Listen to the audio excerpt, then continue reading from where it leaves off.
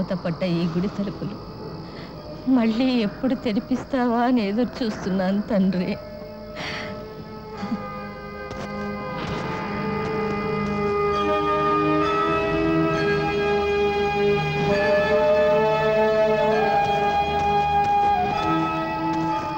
ఏమండి మీ చేతులు కాలుతున్నాయండి? చేతులు కాలుతున్నాయండి. కాలుతున్న చేతులు కంటికి కనిపిస్తున్నాయి కానీ గుండెల్లో దాచుకున్న బాధల్ని చూడగలవా బాబు? ఏమిటి మీరు అనేది? అవును బాబు, నేను ఇక్కడికి వచ్చి దీపం పెట్టడం, ఆ దీపంలో నూనెన్నంత వరకు వెలగాలని కాపు కాయడం, ఆ కాపు కాసేటప్పుడు చేతులు కాలడం గత 30 ఏళ్లుగా జరుగుతూనే ఉంది. ఫూలిష్నెస్. మీరు సీతాపురం భూషయ్య గారి భార్యని. నువ్వెవరు బాబు? నేను రామాపురం వీరభద్రయ్య గారి ఇంటికి వచ్చాను. వీరభద్రయ్య గారి ఇంటికి వచ్చావా? వెళ్ళిపో, వెళ్ళిపో, ఇక్కడి నుంచి నాతో మాట్లాడద్దు. వెళ్ళిపో, వెళ్ళిపో. మా అరుంధతి అత్తయ్య పెళ్లి వల్ల 30 ఏళ్ల కిందట ఈ ఊరు పగలతో రగిలిపోయింది. పచ్చగా ఉన్న ఈ ఊరు ఆవేశాలతో భగ్గుమంది, రెండుగా చీలిపోయింది. ఎంతో మంది నాశనమయ్యారు, ఆస్తులు తగలబెట్టుకున్నారు, ఎన్నో పేద కుటుంబాలు అనాథలయ్యాయి. అందుకే చిన్నతనం నుంచి నాకు ప్రేమ పెళ్లి అంటే భయం. నా జీవితం కూడా మా అత్తయ్య జీవితంలా కాకూడదని మనసు చంపుకున్నాను.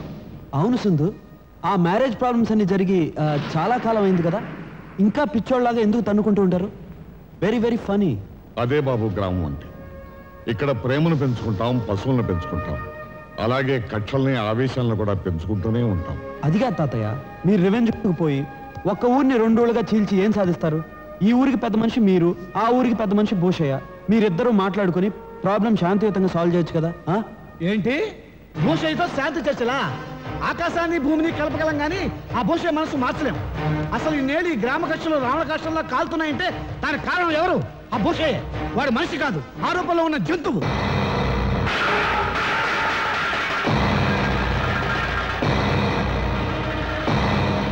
ఆ భద్రయ్యగాడు కల్లో కనిపించిన అపశకునంగా భావించి అర్ధరాత్రి పంతుల్ని పిలిపించి శాంతి చేయిస్తానురా. అట్లాంటి ఎదవగాడి పాలేరు కొడుకుతో నీ మనవరాలికి పెళ్ళంటావా? చంపేస్తాను, జాగ్రత్త. ఆపేయి, పెళ్లి జరగడానికి వీల్లేదు. ఏమండి, ఒక మాట దగ్గరకొచ్చి చెప్పు. అది కాదండి. దగ్గరకొచ్చి చెప్పు. రా దగ్గరకి. చెవిలో చెప్పు. పాపం ఆ పెళ్లి. పాపం పెళ్లి ఆపొద్దని చెప్పాలనుకున్నావు. లోపలికి. ఒరే చలమయ్యా, ఇంకొక్కసారి ఆ ఊరి జోలికి వెళ్ళావంటే నీ గూడెం గూడెం తగలెట్టేస్తాను, జాగ్రత్త. వెళ్ళా.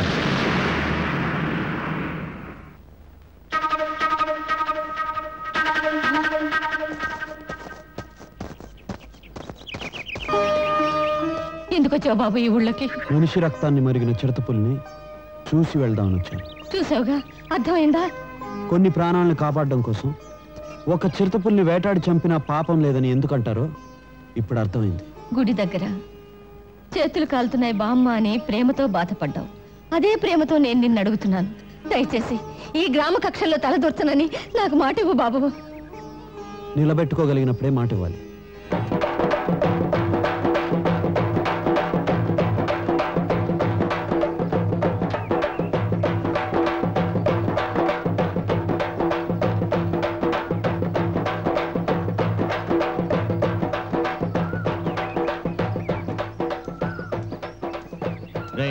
ఎవడ్రా వాడు? ఏమోనండి, ఈ ఊరికి కొత్తలాగున్నాడు. ఇట్రారా, నిన్నేరా, ఇట్రారా. ఏంట్రా నాతో ఏంట్రా పని నీకు? నన్ను రా అంటావరా? నువ్వు నన్ను రా అన్నప్పుడు నేను నిన్ను రా అనకుండా ఏమనాలరా? మర్యాద అనేది పుచ్చుకోవాలరా ఫూల్. నువ్వు నాకు మర్యాద నేర్పించావు కదూ, నేను నీకు కర్ర సమ నేర్పిస్తాను, నేర్చుకో.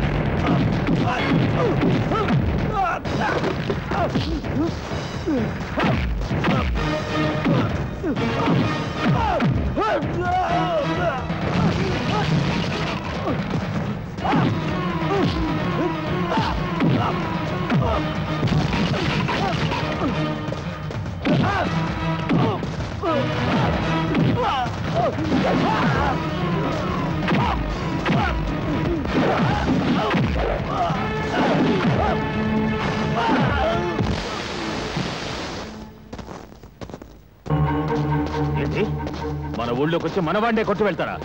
ఎన్ని గుండెలు రా వాడికి? పదండ్రా.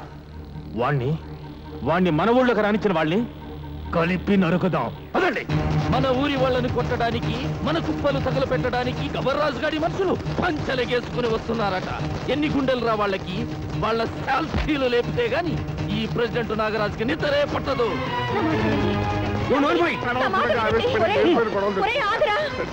ఈ ఊళ్ళకు పట్టిన చరిత్రం ఎప్పుడో తెలుసుకుని వస్తాను. బాబు నీకు తెలియదు. ఏం జరిగింది? మన ఊరు వాడెవడో ఒక గవర్రాజు మనుషులు కొట్టాట. ఆ సంగతి తెలిసి ఆ ఊరు వాళ్ళు కత్తులు తీసుకుని బయలుదేరారు. మనవాడు కూడా ఆవేశంగా బయలుదేరారు. ఏం జరుగుతుందో ఏంటో నాకు భయంగా ఉంది. అయ్యో, వాళ్ళని కొట్టింది నేను. నువ్వా? నేనే. నా వల్ల 2 ఊళ్ళు కొట్టుకోకూడదు. నేను ఒప్పుకోను. వాళ్ళని ఆపాలి. ఆ ఊరు సంగతి నా మాట విను.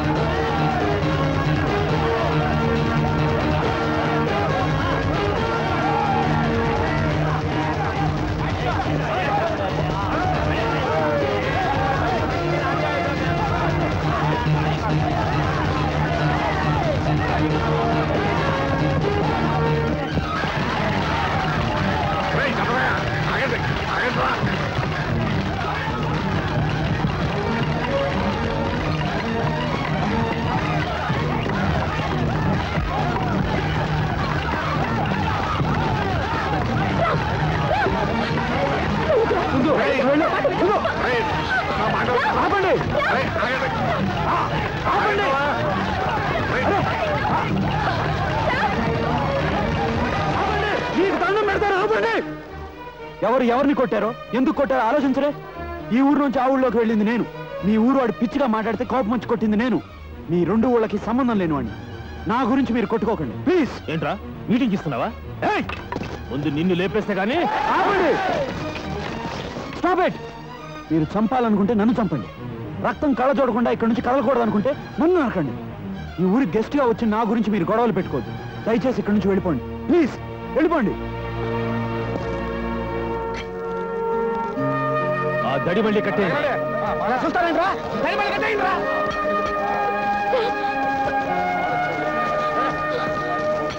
అమ్మాయిని మొన్ననే కదా కాలేజీలో చేర్పించాం. చదువు పూర్తి కాకుండానే అప్పుడే పెళ్ళంటే మా నాన్న ఒప్పుకుంటాడో లేదో. పేడ సుద్ద నుంచి పెన్న ముద్ద దాకా ఇంచెల్లెక్కన తెలిసిన నాకే పిట్ట కథలు చెబుతున్నావా చంద్రయ్య మామా? ఆ అమెరికా గాడంటే మీ ఇంటిల్లెపాది ఒక హీరో లెవెల్లో ఫీల్ అవుతున్నారని నేనింకా తెలుసుకోకపోతే నా అంత లఫూట్ గాడే లేడు. ఊళ్ళో కూడా ఇదే టాక్ అండి. అతను హీరో, మీరు జీరో. అనుకుందాం. అతను నెంబర్ 1, మీరు తోటాలేని గన్నం. అనుకుందాం. అసలు మీ మనసులో ఉన్న మాట ఏంటో ఖరాఖండిగా చంద్రయ్య మామతో చెప్పండి. చంద్రయ్య మామ, పెళ్లి ఎప్పుడైనా చెయ్యండి, కానీ పిల్ల మాత్రం మన చేతులు సరిపోకముందే నిశ్చితార్థం మాత్రం వెంటనే జరిగిపోవాలి. అట్టాగే కానీ ఎప్పటికైనా మా ఇంటి అల్లుడివి నువ్వేనయ్యా. నిశ్చితార్థం ఏర్పాటు వచ్చాయి. హత్తరి మజాక రండి.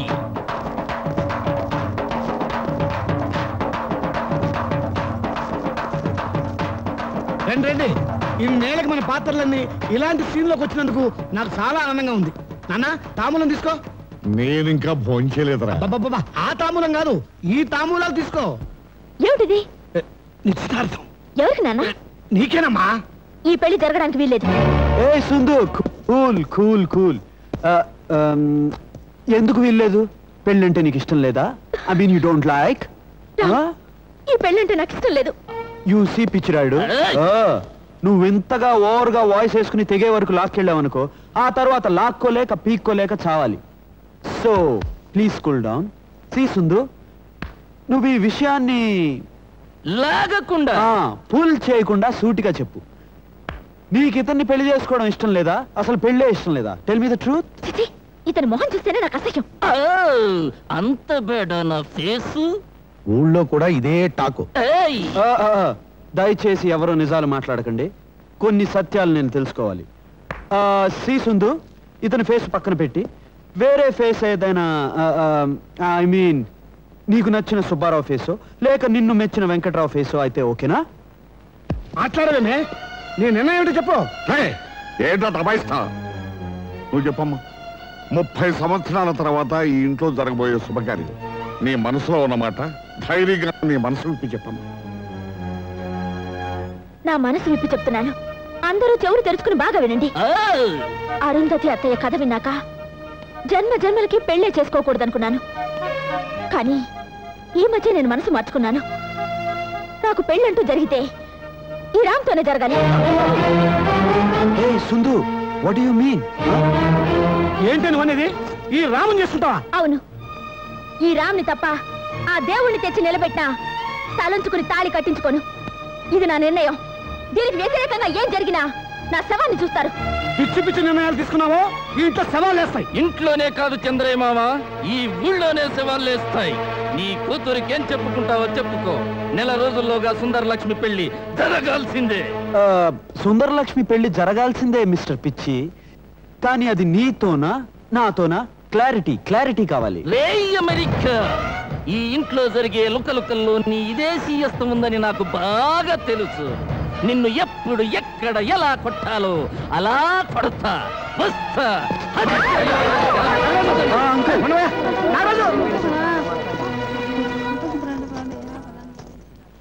బాబు,